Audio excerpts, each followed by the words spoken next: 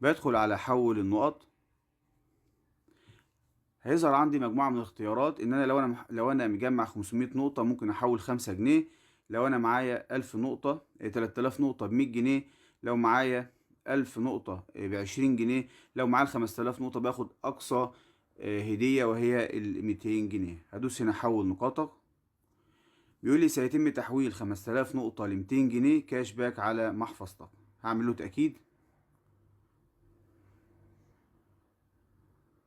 وبنتظر رسالة التأكيد. جاي لي رسالة التأكيد إن أنا حولت 5000 نقطة ل 200 جنيه كاش باك، وفعلا نزلت ال 200 جنيه على المحفظة بتاعتي. أنا حاولت إن أنا أدفع بيها أونلاين، أعمل كارت أونلاين، أو إن أنا مثلا أشحن بيها كارت الكهرباء، ما ينفعش. ولكن ظبط معايا إن أنا أشحن الخط بتاعي ب 200 جنيه، نزل لي 145 جنيه رصيد صافي. الناس تجرب